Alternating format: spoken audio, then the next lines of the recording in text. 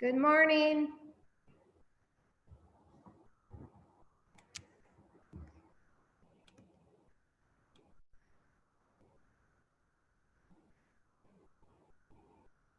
Good morning. Can you hear me?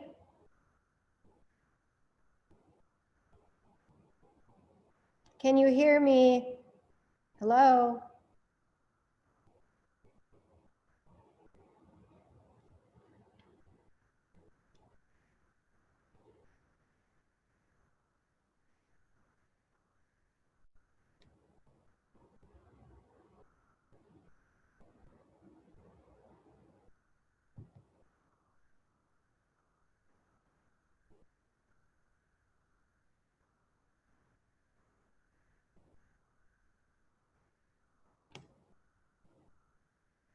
Can you hear me? Hello?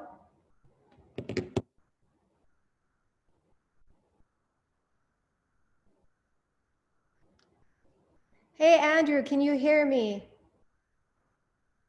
Can you hear me, Andrew? Can you hear me?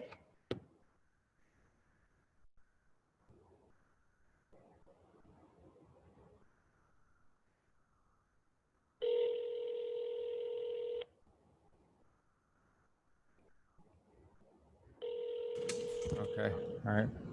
Hey, can you hear me? Yeah, I can hear. Oh, okay. We're just muted, so. All right. Okay, I'm gonna start in the base. Can you open another tab for me? Same org, just okay.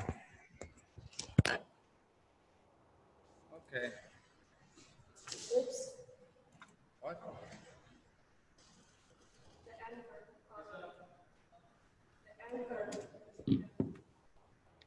Okay, it's okay. It's just that cable. Just 1 second.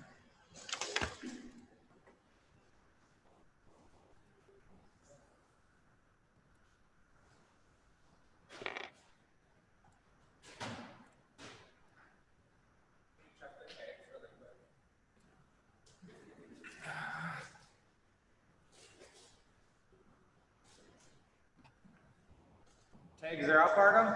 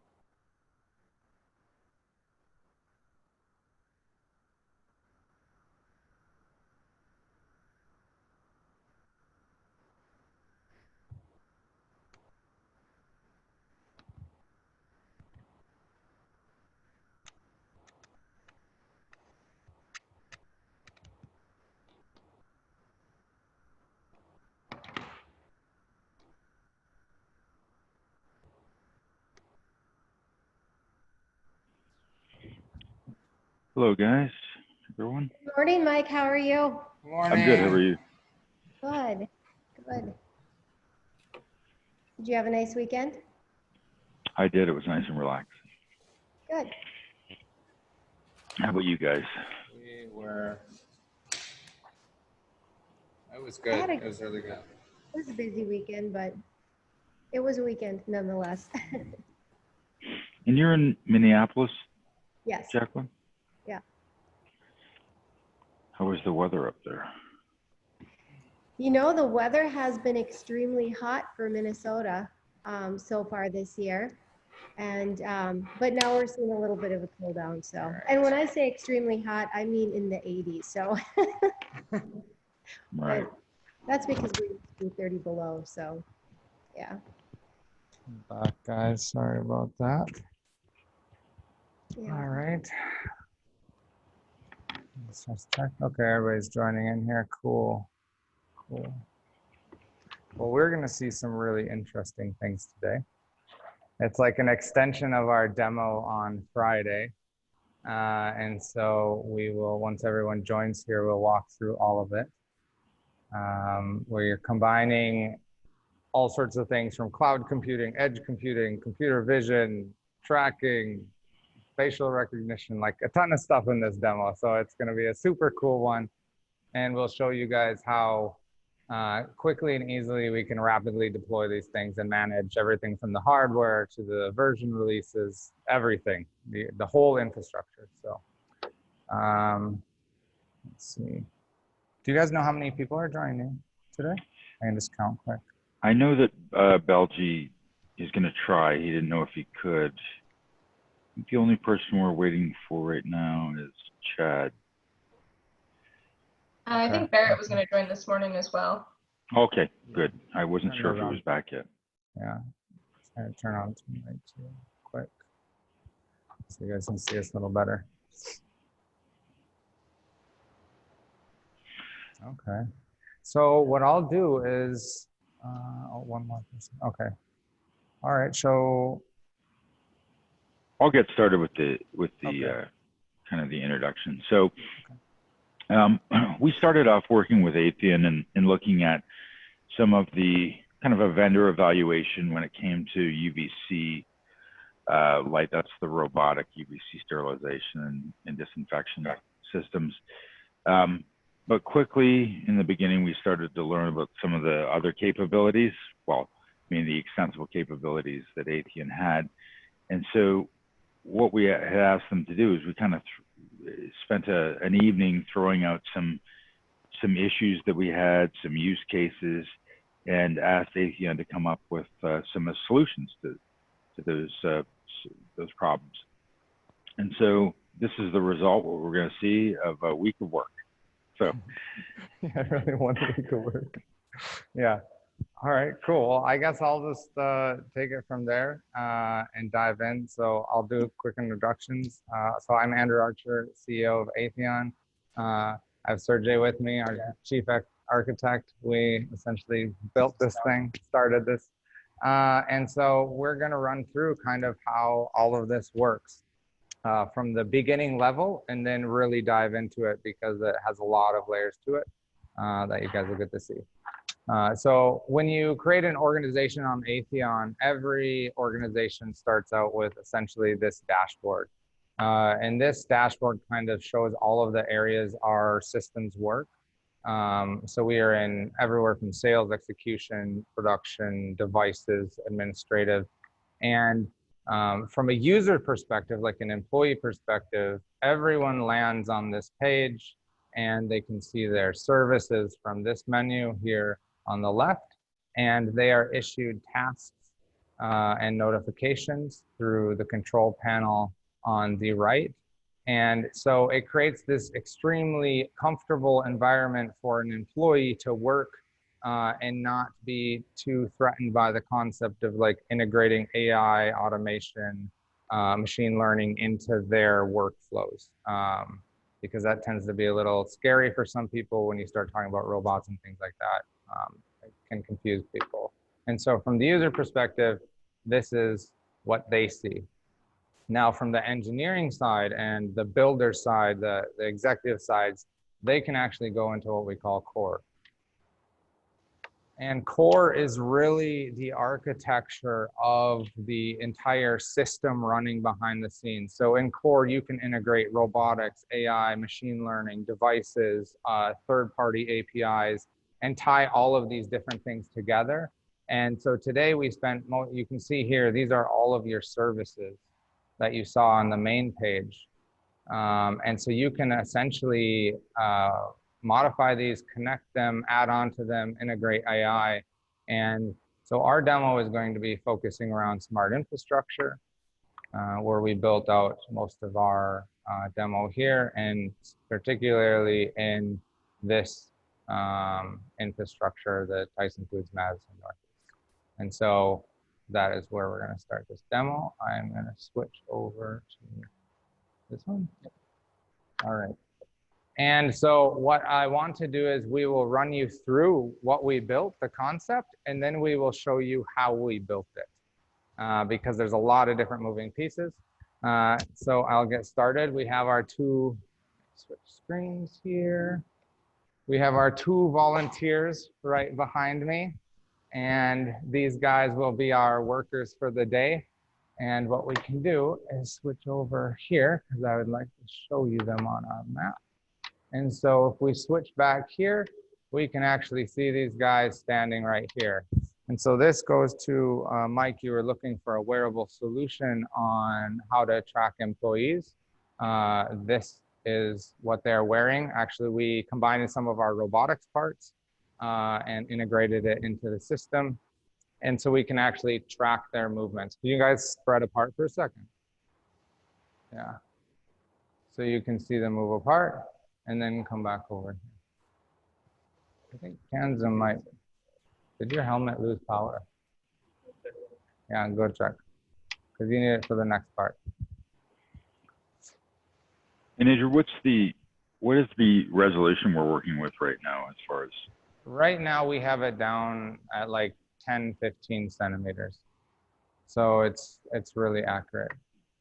And so while Tanzan's helmet has a little more gear, so it has a larger battery pack, because we have the other parts that you're looking for on there. So he'll check that really quick. While he is coming back to us. Oh, you're good, Tanzan. We can see you now. You can see he's now over here. He walked off over there, and now you can see him. He's over here, getting his battery. In the meanwhile, we'll have William go over to mask detection.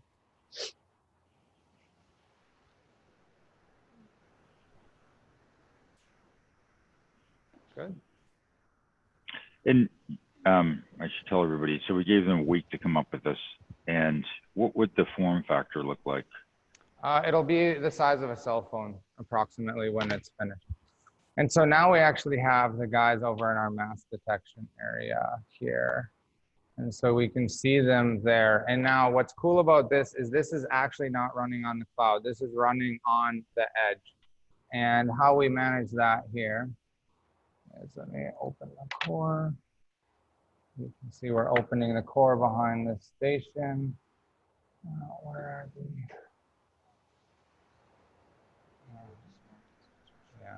Yeah, station. Yeah.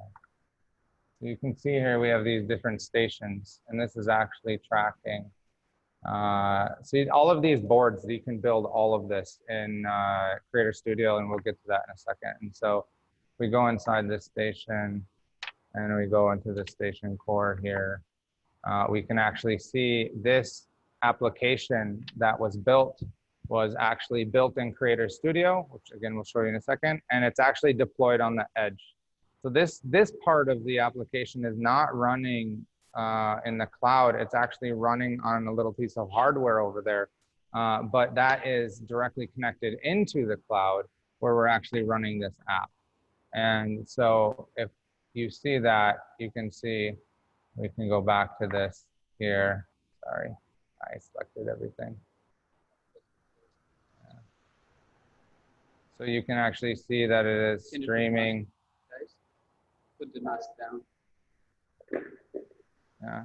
get magnet. And Yeah.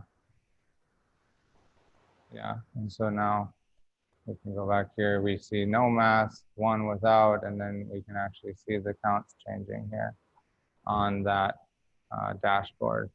And so all of these dashboards and everything are built in Creator Studio again. So now we can go, you guys can go to your stations, please. I gotta say, I appreciate the apron. That's a nice touch. Yeah, you like that. That was, yeah. All right, and so now we're going to start out with William here.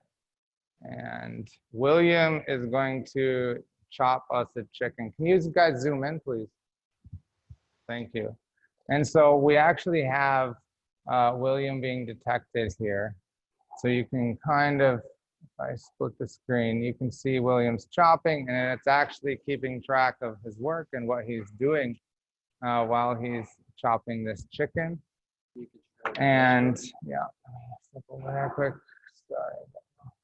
And you can actually see this is tracking in real time on the cloud his work that he's actually doing. So we're capturing this data, what he's doing, and we're tracking it in real time. Yeah, he will when he finishes chopping up the chicken. Oh, there we go. Now he's moved over here. And so now you see him, it's changed zone. It knows he's packing this up for us. And you can see now on this dashboard here, he is tracking against that time for that task. Now he's putting it on a robot. Sorry, this is starting to get fast. And he's releasing the robot. And then this robot will actually go to the next station.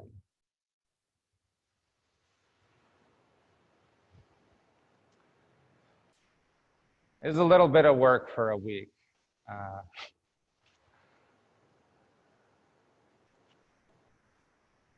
And so then this is cool. So now we can go over here and we will go to this.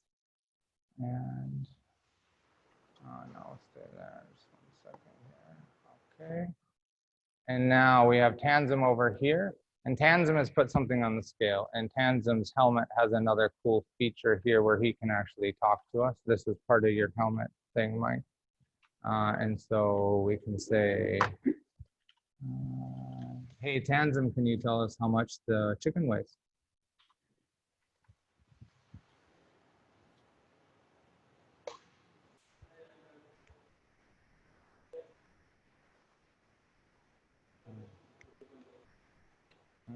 Try it one more time.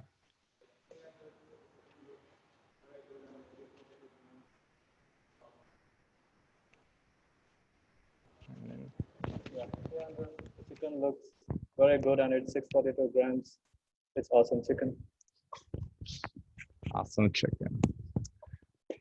And so this gives you a really high level view of like how in depth you can actually go with Atheon from integrating machine learning, even human communications, applications, all of these things, robotics, and really the power behind this, oops, not just wrong org, is inside of this core.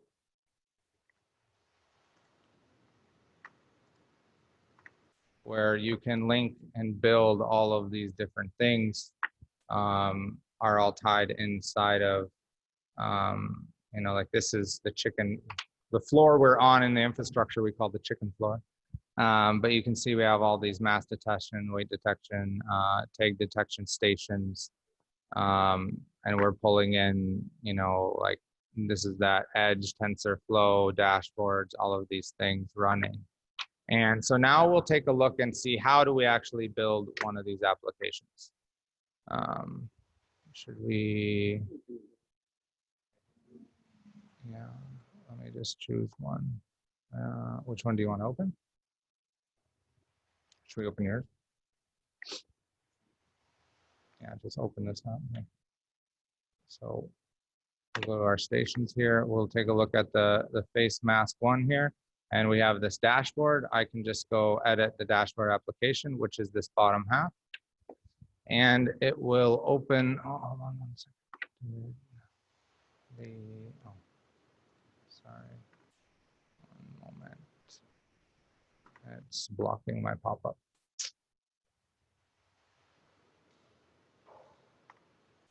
Station.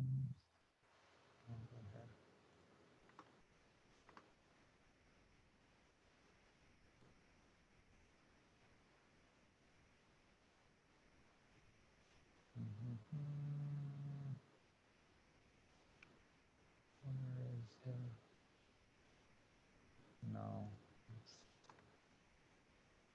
Just give me 1 second here. I'll just go into Creator Studio directly. So I'll open Creator Studio now. So we'll look at that. Where is it? Last dashboard, yeah. Yep. So the dashboard you saw here in that mask dashboard, we'll actually edit that. So we can open a sandbox.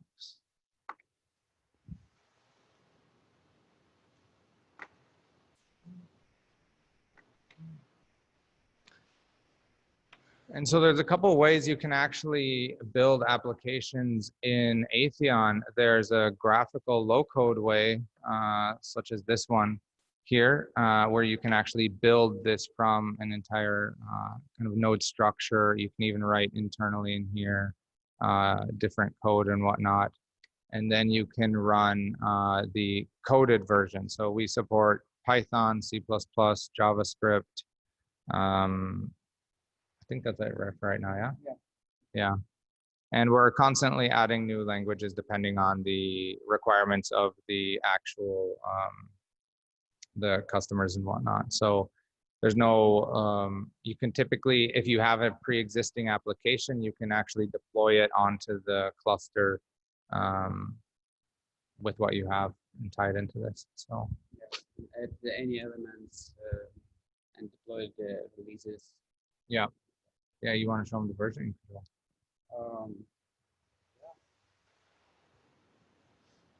So we have built-in version control that using almost all features that GitHub has, and can use any structure in code. We can have the pull request releases. You can see here. So it's sustainable in a fixed way. Yeah. Yeah.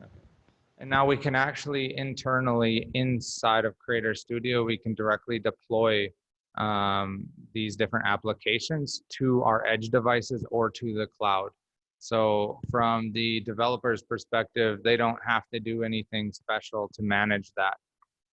They're focused on developing their applications, and they can use the core for the architecture, how everything interconnects, and then directly in, yeah, they'll show the list. Yeah, so you can see directly in this side panel here, we have these devices and you can actually look at them. So if you remember, we were in Tyson Foods, Madison Northeast, and we were on the chicken floor, and you remember these stations actually all have controllers inside of them. And if you see this little play button here, it says run on device. And so you can directly just click that button and it will run it on the device. And so there's no like SSH or like trying to, you know, create deployment tools or, you know, device management or any of these things. It's directly built in. So when you add, let me go to smart infrastructure here quick. Actually, it's have the device manager. Yeah, it's built in. But it's built in, and you can add devices very smoothly. You just need the serial number, and you can add it to the station, and you'll. Yeah, exactly. Deploy the applications and the edge. Yeah. Device. And so you see here, if we look here, we have these different controllers here. If we go over here, we have those same things, and you can see it's an AOS device and it's a controller, and we can even look inside these. and you can see your list of applications or whatnot running on these. You know, so it's all, I keep doing that. Yeah. So that is kind of the high level of how all of this works. And then if you want to actually do a quick release of this, you can just use quick release and it will actually release this entire application. It will go into your system graph in here and rev up that version, the modification you just made after it's committed, build it, redeploy it. And so you're able to rapidly evolve your entire organization almost on the fly. And so like our largest customer using this right now is Reliance Industries for their e-com, and they're able to completely change the software in their warehousing systems in less than an hour in the entire infrastructure. So if they don't like an algorithm running, they just swap the algorithm, retie it in graph, redeploy the whole graph, and then their organization restarts on the fly. So yeah, I'd love to turn it over to questions. I'm sure you guys have a lot of questions because there's kind of nothing like this that exists. So yeah. I had a question. I asked you before, Andrew. This is Barrett. Hey, Barrett. But so curious on so you support TensorFlow, Yep. and you mentioned before that you work with like the NVIDIA Jetsons Yep. hardware for deploying at the edge, and then also the Coral boards with TPUs. Yep, TPUs, yeah. Yep. Okay. Yeah, actually, a lot of this stuff you see here is running off that exact hardware. So, Okay. Yeah. And I kind of see this as kind of a fabric for connecting edge, like with all the connective pipes and stuff built for you, and also code solution, but still allowing the flexibility with open source languages to extend as needed. Yeah, definitely. You want to open one of the coded like a C++ app. Yeah. Yeah, I mean it's so you have the initial fabric part. That's kind of what we've always talked about on our calls, is like the fabric. But actually on the user side of this as well, like when we were discussing those different applications like project manager or accounting or things like that, we have full-blown applications for the user side as well. And so it's basically like we took the concept of an ERP, right? And then wove in every technology, for AI, machine learning, robotics, like computer system architecture, network architecture, wove it all into one platform that's extremely easy to use. So now you can leverage this and automate a company extremely rapidly, faster than you could do any other way. And you don't have to worry about collisions. So if you developed one thing and then you start on a different area of the company, start building different things, you don't have to worry about figuring out how to connect those two areas at a later time, the way the architecture is built. So you can have different teams working on different things, and it will all connect and work properly at the end. So, does this accommodate models running in the cloud as easily as it does on the edge? it does, yeah. Yeah, so all of the, if you run them on the cloud, they're running on, we cluster V100 cards, NVIDIA cards. And so you can determine the instance size or the requirements that you need to run that model, and it will deploy onto that cluster automatically. So if you actually go in here, you can see these different things called compute nodes. So inside of here, we have different types of projects, and you can specify what you want for requirements for that. So if you're running a compute node, you're running something that's using the GPUs, it will deploy on a GPU system. So. And is that something you would be able to scale from within the core interface here? Yeah. So the core has horizontal and vertical scaling. So it's nearly impossible to outrun the core's scaling abilities. I think you would have to run out a data center. That's effectively, right? So it automatically scales depending on what's running or not running when you're going up and down and everything. So Is it cloud agnostic, or do you guys only support certain clouds? We are running on the AWS right Yeah. now, but we're using the Kubernetes on the bare metal. So yeah, we can don't. switch to Azure cloud Yeah, in a minute, maybe. yeah, it wouldn't take long. Yeah. We really, We don't use any specific AWS resources to avoid any vendor logs here. yeah, yep. Yeah. There's Sorry, that more was work hard. doing that, but Sorry, guys, that was hard to, I couldn't hear. Oh, Sergey was saying that we're cloud agnostic in a way where like right now we run on AWS, but we run on bare metal, and that was just avoid any vendor locks.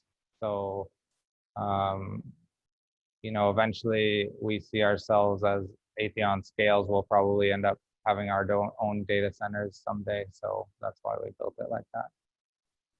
So, yeah.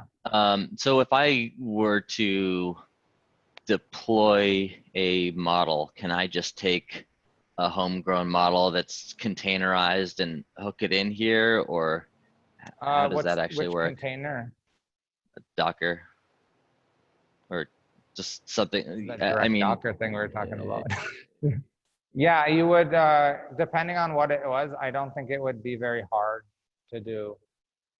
yeah, or I mean, what's the Yeah. like out of the box way of taking a model and deploying it here? If I've already trained it outside of this Yeah, environment.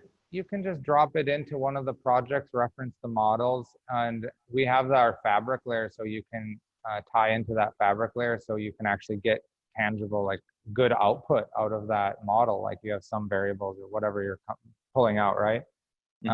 And so you just bring it into the project, add your model, create that fabric interface of whatever you're trying to output, and then release it.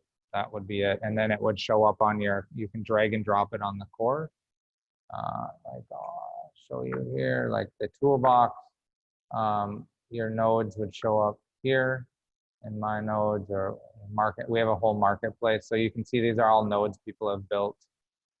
Some of them have tensor models, some of them don't. Some just say, show me the tacos. That's just my app.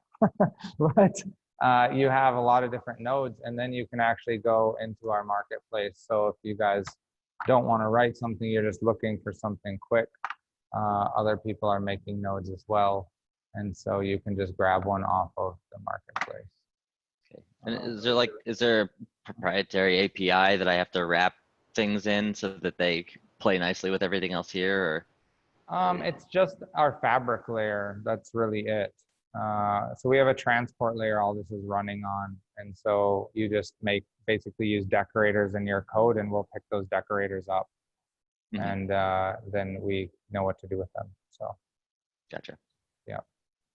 That's cool. What about for the like monitoring, and so obviously you have the the version control for the code, but for like model performance monitoring or A/B testing or something like that, is there anything like that within this environment?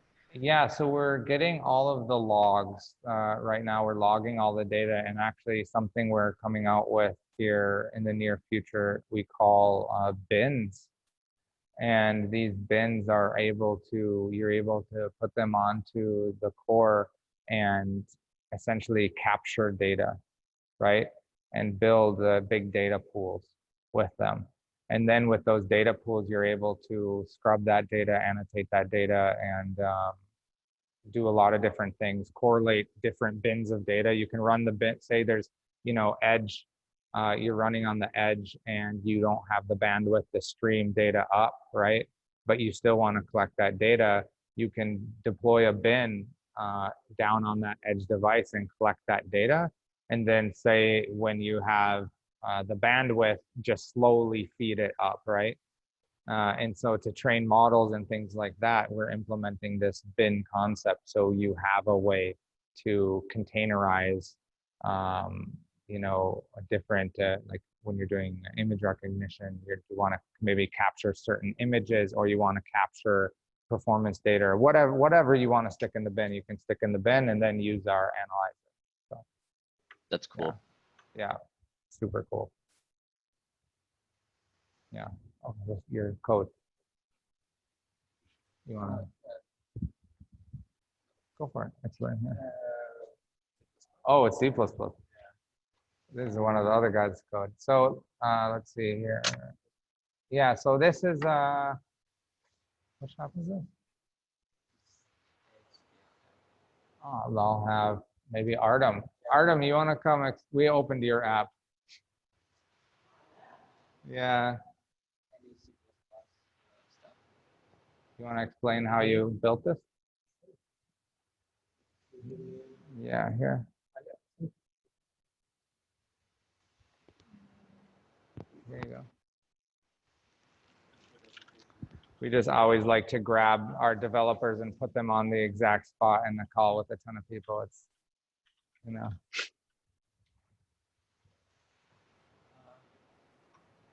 Hey guys, how you doing? Hello.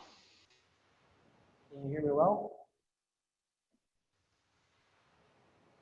Yep, they can hear you. Okay. So, yeah, this is one of the application group here. So, you're gonna go to the new We're project. having a hard time hearing you. Oh, never mind. I think something's wrong with that mic. Here, take this one.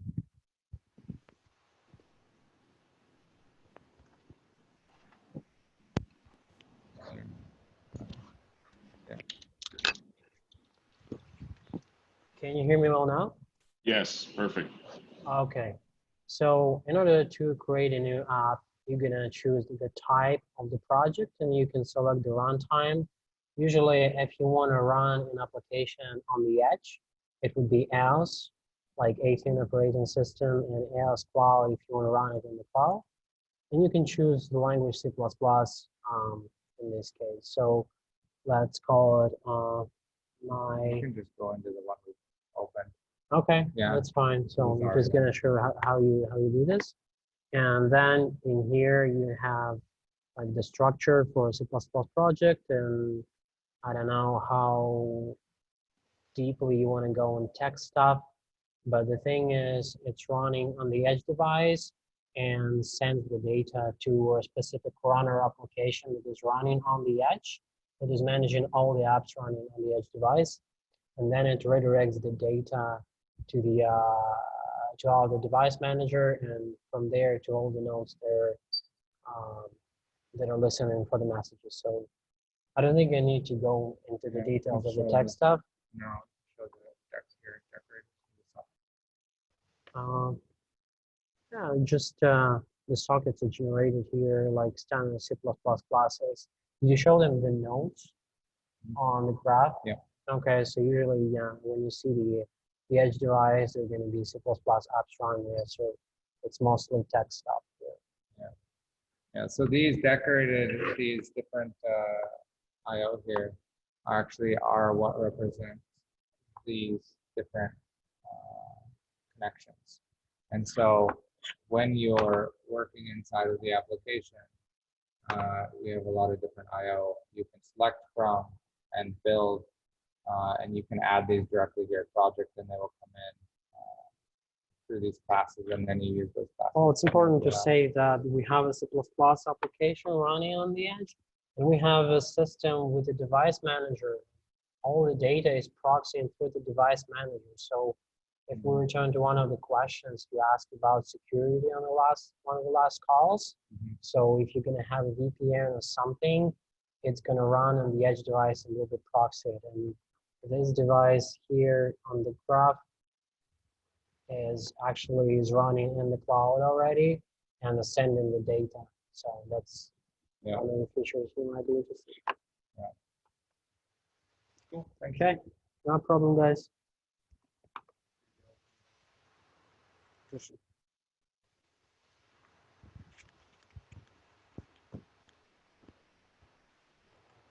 So I have a few questions on the Sure. platform side of things. Sure.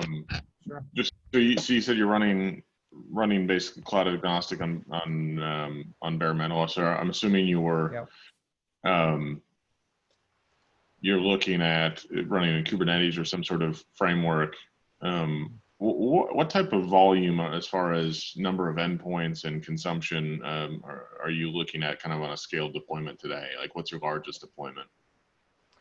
Our largest deployment is with Reliance. They have a ton of endpoints. I mean, they have got like 500 robots per warehouse, and then they have tons of PLCs. We're tied into SAP there. It's just a huge. I don't even know the scale of the deployment. It's massive. And so we started with Kubernetes, but then we wrapped it with all of our Fabric and our custom systems. So it's way beyond what Kubernetes started off as. So yeah, we've never seen any sort of scaling issues. It's super robust, actually. Yep. It's just shockingly robust. So yeah, and surprisingly, it's really light too. We've actually had the whole thing run on. We run it on that Jetson once, the TX2. We ran the whole cluster. Yep. Yeah. The mini, no, the smaller version. Yeah.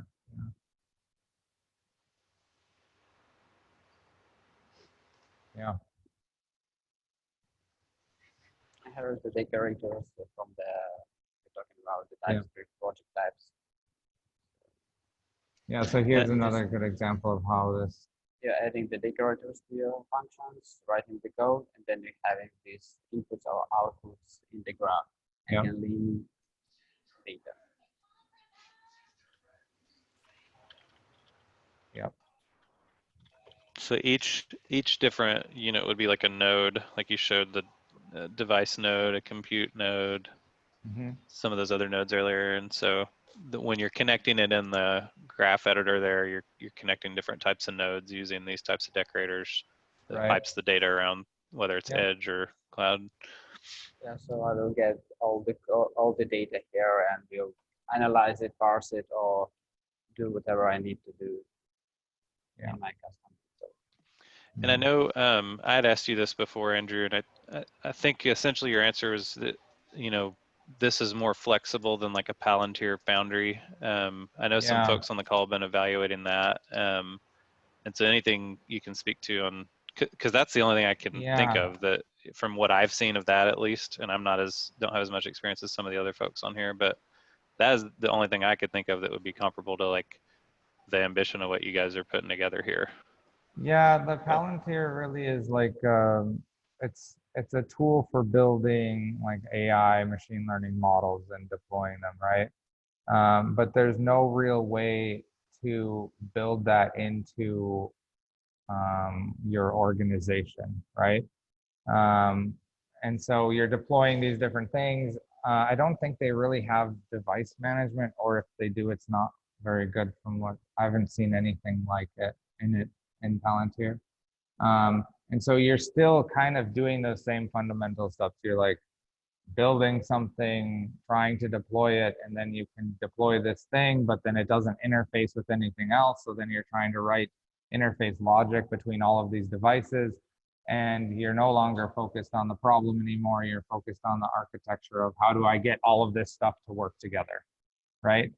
And almost every product, well, actually every product out there does the same thing. Even like SAP, you add on modules, you try to connect those modules to something else, then you have custom development to make that integration work.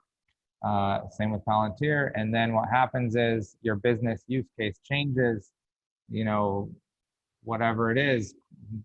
These days it's coronavirus, right? Completely changed everyone's business way of doing business, but you never know if the competition is, they change their model, you have to adapt, whatever that market environment is. If you just spent 5 years developing some custom applications and they're no longer applicable, you have to start over almost, right? But with the way this is built and this node structure and all of these, the graph layers and the core, you can quickly switch some parts out, maybe change routing, whatever you have to do very quickly, where a Palantir could never do that. And that's one of the reasons why like Reliance was using our software, is because they're heavily competing against Amazon and Walmart right now. And so they need to literally, they change the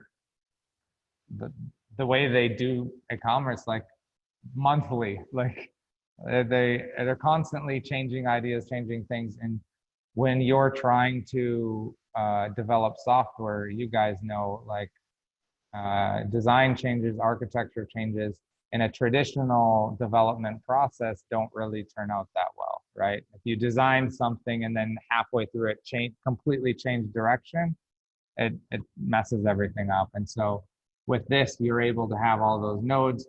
And if you want to change something out, change the whole business model, whatever it is, you can just quickly do it in the graph editor and redeploy the entire company's software.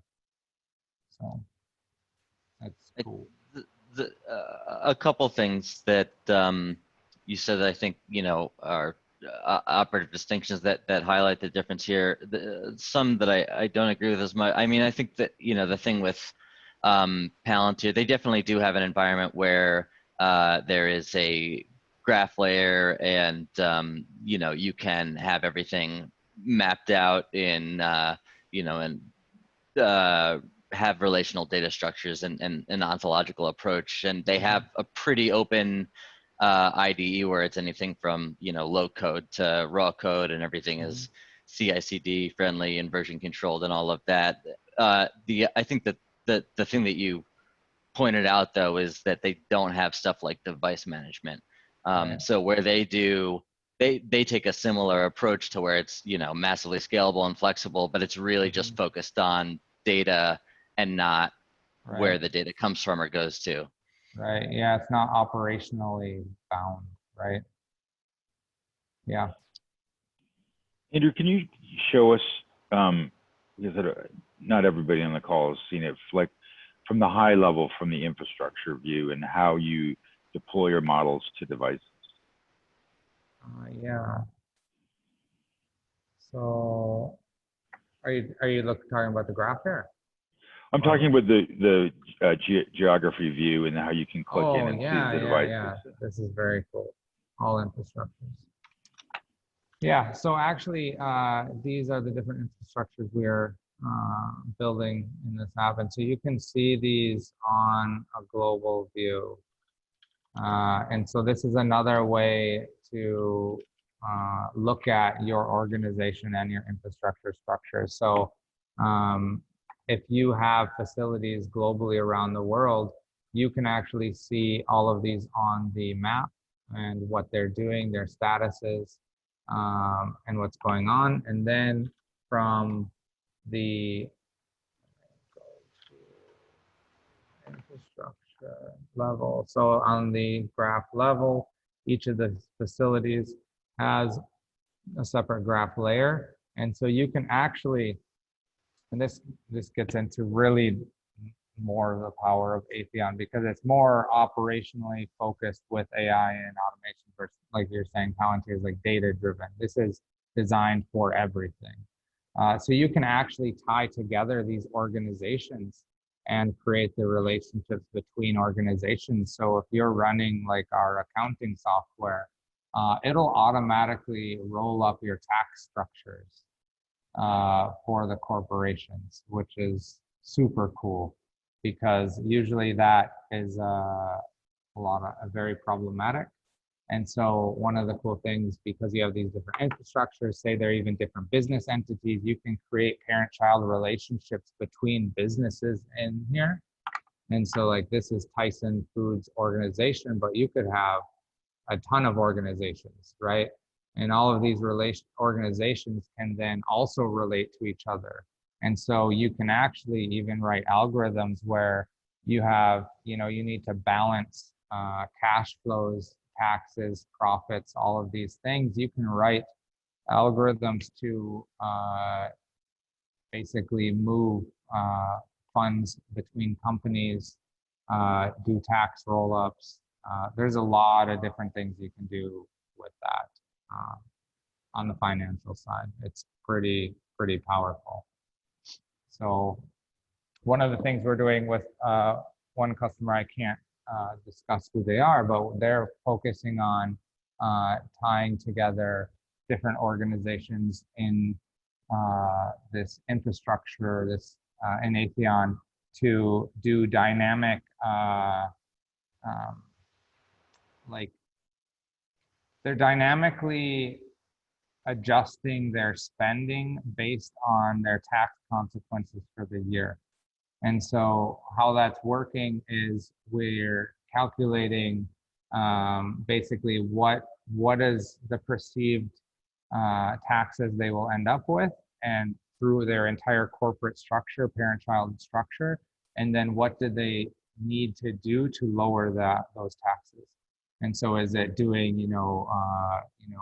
buying like a buying equipment, or what funds, should they allocate to this, or is it like putting it somewhere? Like it's I can't get into very many details with this, but they are using this to do their entire tax planning as well, to increase profitability.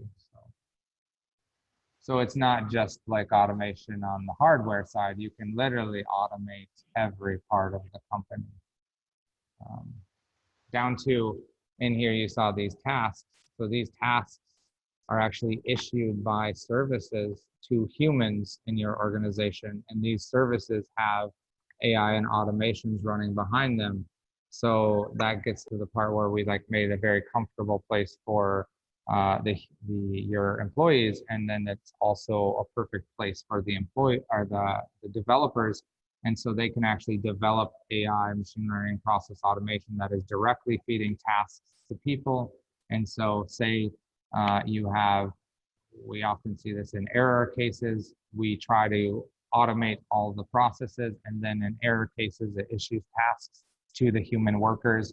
And then we have a learning system in that model where we can actually capture how the person did it versus what that model needed to do or thought it should do. And then we can retrain the models dynamically based off that information and so many data points. And so with that ability, it allows the organization to actually learn dynamically on its own. And so all of these models will start to iterate and then give you a more optimal output based on the tuning of the human input. So, and you can also use like double-blind consensus on that tuning as well, because you don't always want to have just one person giving the input, because it will start to skew the system. So.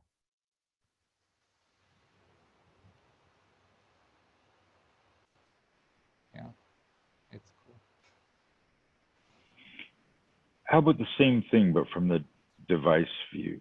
I'm interested in how you came up with. Yeah, the device manager. So from here we have the infrastructure level. Yeah, and then the device manager, you have two views. If you're inside of like a facility, oh, hold on, I need to go to that other one. So we were in here, and actually these can be CAD layouts. We just didn't have any for the tables, by the way. So you can actually drop CAD data in here on this structure editor.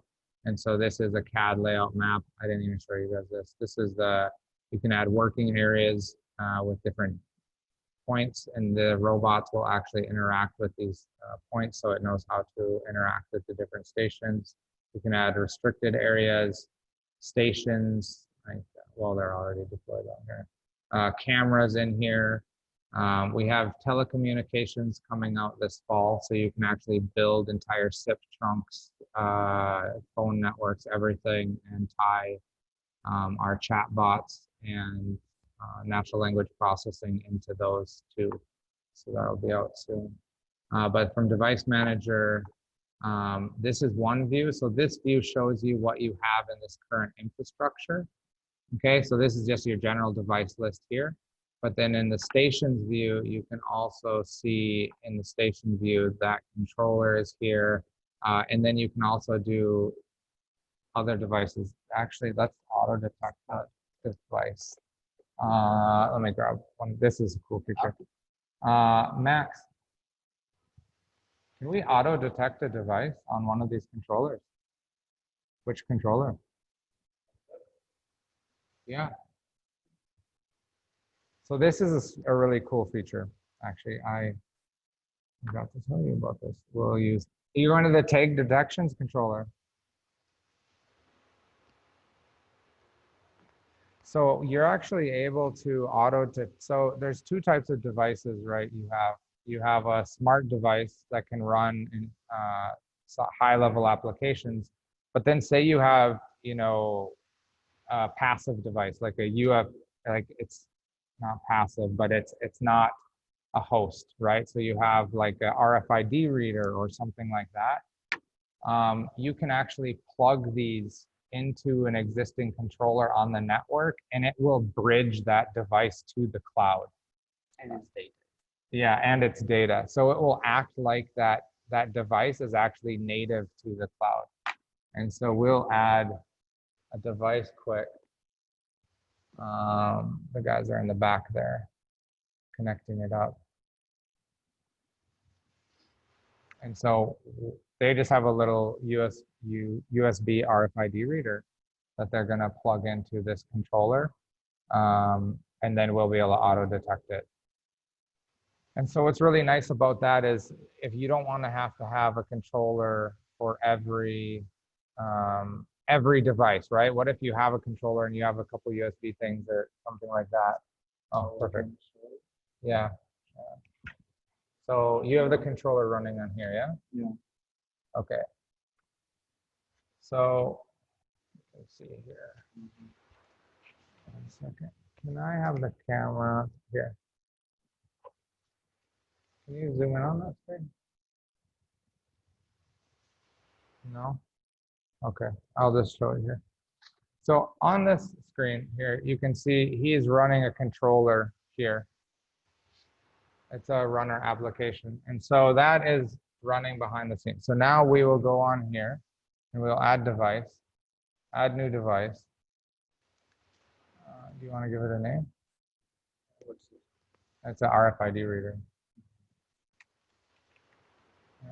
We'll call it a reader. It uses USB. And then we can auto detect this thing. Okay, we make sure it's device disconnected. We see it's disconnected on the computer. We'll hit next and then connect it to the device. Other way, yeah.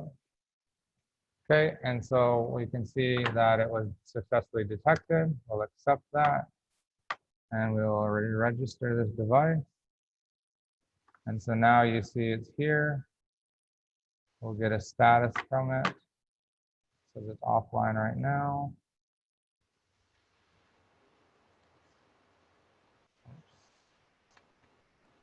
How's it? Give it a minute. It'll come up.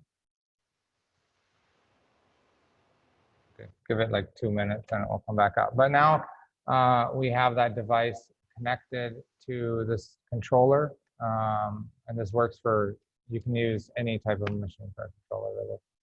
We prefer NVIDIA hardware.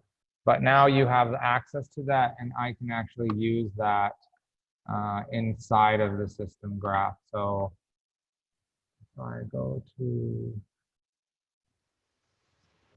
we'll see here, see it's here again. Now if I go into the core,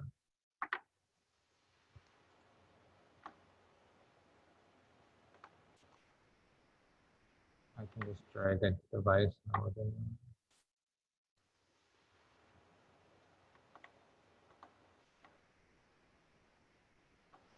Do we have the RFID reader? I don't know if we do. No,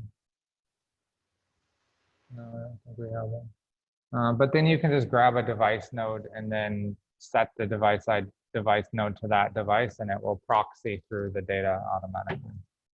And so that's kind of what they're doing with these different, like this, for example, this weight controller here is actually a USB scale back there. So yeah, it's very cool that you can do that. Now, we also have just a general device manager. Do we need to do some restyle? Yeah, this is really old, but we don't often come in here. And so now our general device manager, you can actually go in here and we'll go see, again, you can see all of this chicken floor, all of this stuff. Yeah, which one? The terminal. Yeah, which should we go to? Oh, any. Yeah. Yeah, so you can actually go to the device. We have the AOS runner, which you can see. In this device, you can actually see the average load right now is 8%, current load 9, and then all the cord details, memory, battery. There's actually inside of our graph layer. So our graph layer isn't just like data relationships, like you were talking about. Palantir creates a graph layer of data relationships, but it's actually not data relationships. It is actually a network graph system, right? And so not only are we running communications and whatnot through this fabric, but we can actually stream video through our fabric as well. And so part of that is you can actually use these controllers. They have streaming ability. So you can stream real-time data, whether it's video or just like high resolution data, like from LiDAR or things like that. You can actually stream that directly through the graph layer and connect those endpoints with that. And then you can also run a terminal. Like I want to run a terminal, you know, on that device, so I have full terminal access to that device as well. So, yeah. I know we have about less than 5 minutes from the Tyson team. Does anyone have any questions? I know it's been quick. There's a lot to digest in the demo.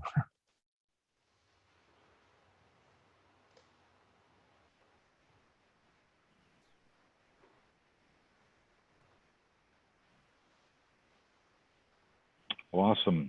Thank you, guys. It's been great. Yeah, sorry, I'm having some connectivity issues. I just had to get onto my phone. Mm-hmm. But yeah, definitely impressive. Thank you. It's like a potential to be very time saving for us in terms of device management and application building and connecting to our edge. So yeah. Yeah. Awesome. Well, thanks everybody for taking the time this morning. It was really insightful. Yeah. Thank you everyone for joining us. We really appreciate it. All right. Thank you. You guys have a great day. Yeah. Thank you guys. thanks all. Yeah. Bye. Bye.